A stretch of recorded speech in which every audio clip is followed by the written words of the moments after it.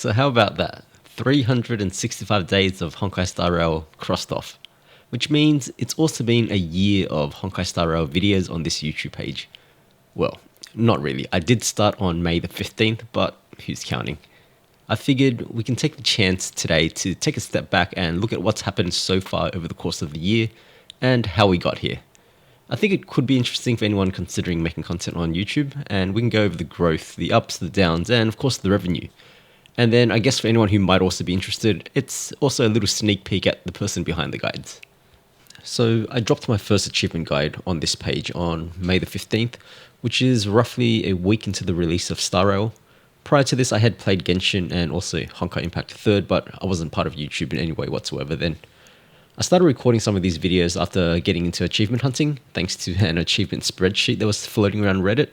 So that in itself is a whole other story, because this little spreadsheet is actually the humble beginnings of what is now the best achievement hunting website and community, StarDB. But at that point in time, it was just a little spreadsheet that listed every single achievement in version 1.0. So with the game being pretty new, there weren't that many great video guides out there at that time. But that's not to say that it wasn't competitive, since everyone was kind of vying for the piece of the pie at the time. I started recording the guides at first due to a gap in content on some of the harder achievements at the time, so you can see why my first achievement video was on the achievement Perish song.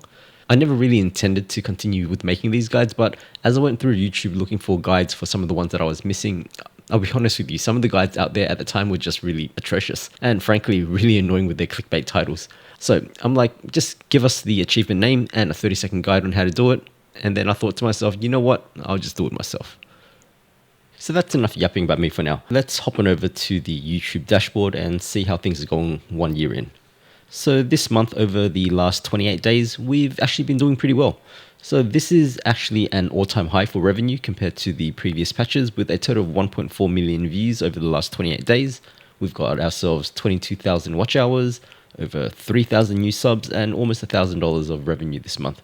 So you can see with my channel, because of the bulk of the content is revolving around achievement guides, I tend to get a big spike at the start of every new patch, and then it starts to slowly die down over the course of the patch before spiking again at the start of the next patch. So this of course changes during patches that involve simulated universe content, since these ones get a little bit more consistent interest from viewers over the course of the entire patch as people start to make their way through the content. So now let's have a look at the numbers over the entire year.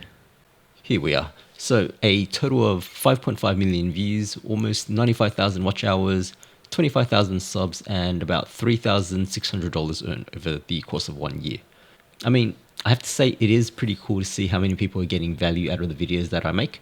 The total earnings over the year is equal to about 1 week's worth of pay, so I'm definitely not in it for the money, but it actually blows my mind that I've been able to get where I am today. So honestly, thank you to everyone watching and everyone who's subbed.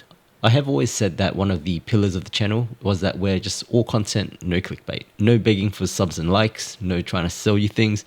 And one of the reasons for that is that I'm just actually really lucky and thankful to be in the position that I am in life, in that I don't really ever need to worry about money. I live in Sydney and I own my own house. I've paid off my mortgage, and I currently work as a government contractor, and my partner works in medicine and pharma. And with the role that I'm currently in, I actually do have quite a bit of free time, which lets me do this purely as a hobby for the fun of it.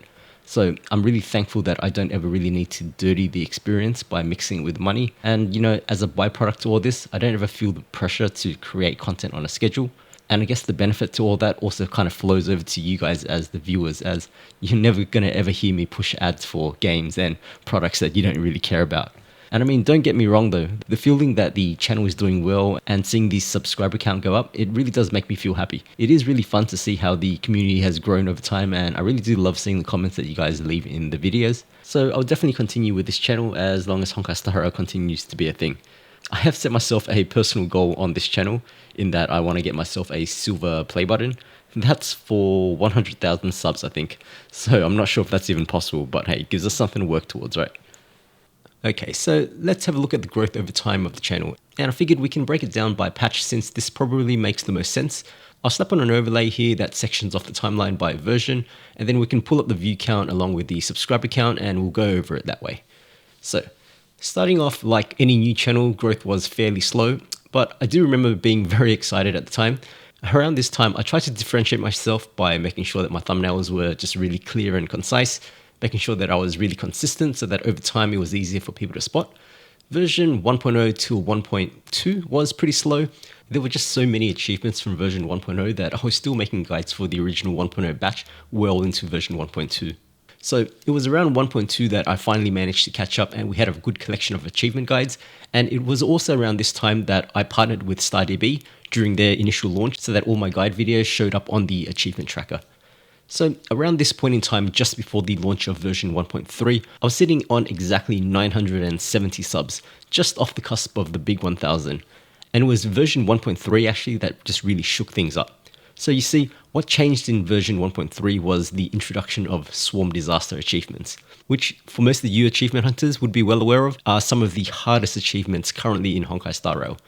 So with versions 1.0, 1.1 and 1.2, it was just a race against the rest of the guide makers to see who could get videos up the fastest.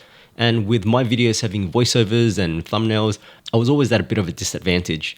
Version 1.3 though really changed things up since the achievements were just far more difficult and they couldn't simply be rushed out on day one. And so because of this, I actually became the only channel that managed to get these achievements while everyone else just gave up. Even to this day, if you actually type in Spring in Fiota, The Predator or Nick of Time, there isn't a single other result other than the guides from my channel. So I think around that time, people must have just started realizing that we're actually serious about achievement hunting, you know? And also right around this time, the word about StarDB started going around and we started picking up more and more monthly visitors to the website, which in turn helped to get more eyes on the guides itself.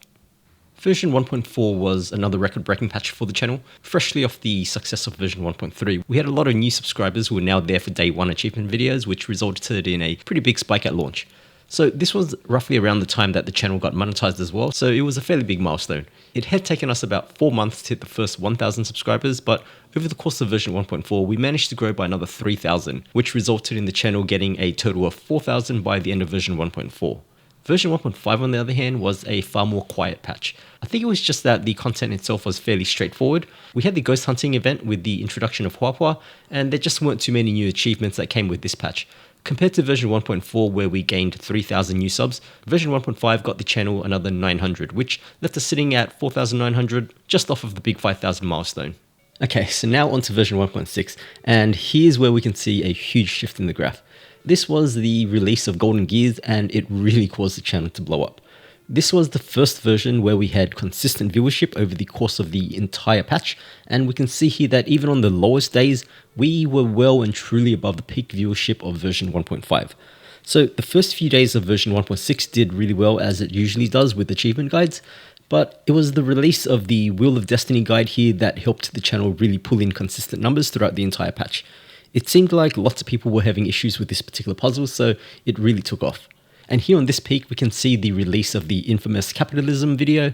So this video here did really well on release and it got me almost 1,000 subscribers over the next few days. But then we've got this point. I'm sure many of you are well aware of the crazy stuff that followed this video, which resulted in this crazy subscriber peak right here. So I'm not going to go over everything that happened as it's been pretty well covered in detail, but the short of it is that in the ensuing drama between ZMM, Atumba and Guoba, I somehow managed to get hit with a bunch of strays. But except in this case, those strays were subs, and I somehow ended up with another 2,500 subs in a single day, which rocketed my channel from 7,000 subscribers pre-drama to well over 12,000 by the time it ended. I never really said much on the matter during the time, but that's really because there wasn't really much to say. I still stand by the fact that the strategy itself is fairly straightforward and I wouldn't really feel right about claiming it as my own. But I did appreciate the fact that ZMM went out of his way to credit me for it. And while I don't want to claim the strategy as my own, what I will take credit for though is the coining of the name capitalism for this strategy. So I think it's really cool that that name actually stuck. There is one thing that I want to set straight though. So during this entire thing, I did have a couple of people say to me that I wasn't the first to release the video on the strategy. And you know, I'm fine with that because it's true. I wasn't the first to get it out. There was a Chinese video that came out on the 4th and I released mine on the 5th. But I did have some people come to me and say that I stole the strategy from the Chinese guide makers.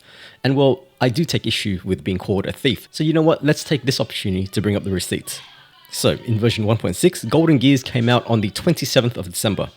And if I go to my channel here and I look at my published dates of my Trailblazers Guide to Golden Gears, December 25th, 2 days before Golden Gears officially came out, complete with dice guides and Aeon story paths. So I wonder how I knew about those details.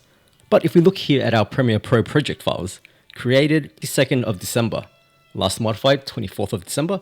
And then if we look at our achievements for completing conundrums, January the 2nd, with the Chinese guide coming out on the 4th and then my guide on the 5th. Bear in mind though, between the release of Golden Gears and the release of the Capitalism Guide, I had also released 40 achievement videos.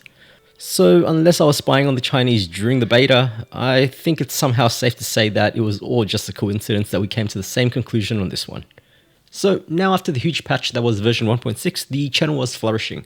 My biggest concern, however, was that the influx of new subscribers would just be a temporary thing, since at the end of the day, achievement hunting is quite a niche thing. We had loads of new viewers coming in from the drama, and I figured that once they see me drop 40 videos at the start of a new patch, people would just start leaving. But instead, we had the total opposite thing happen. Version 2.0 saw the release of Penacony, and the views here exploded.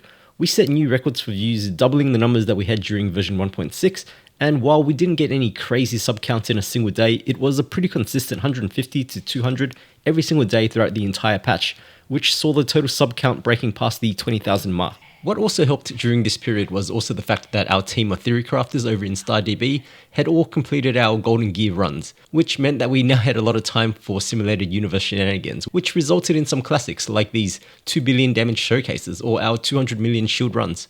So the ridiculousness of these videos did generate quite a bit of buzz, and in turn brought a bunch of views and new subs during the quieter half of the patch. And now here we are in version 2.1. As usual, we've got our big peak at the start of the patch, and to my surprise we did actually beat our view records once again with almost 90,000 views in a single day right here. And now with the quieter second half of the patch, we're going back into the dip while I'm off to play other games while we wait for the next patch. So that's the story of the channel. We've got version 2.2 coming up very soon, and that actually has a huge amount of achievements for a non-simulated universe patch. I think we're expecting over 70 new achievements, which should bring the total achievement count to well over 800. And of course, version 2.3 will be introducing the new simulated universe content, so I'm super excited for that. So this is a little bit of a different type of video, and I hope you guys have found that interesting. If you guys want to be part of the community, come visit me over on the StarDB Discord, or otherwise, as always, I'll be right here each patch to cover achievement guides with no clickbait, no begging for subs and likes, and no ads trying to sell you things.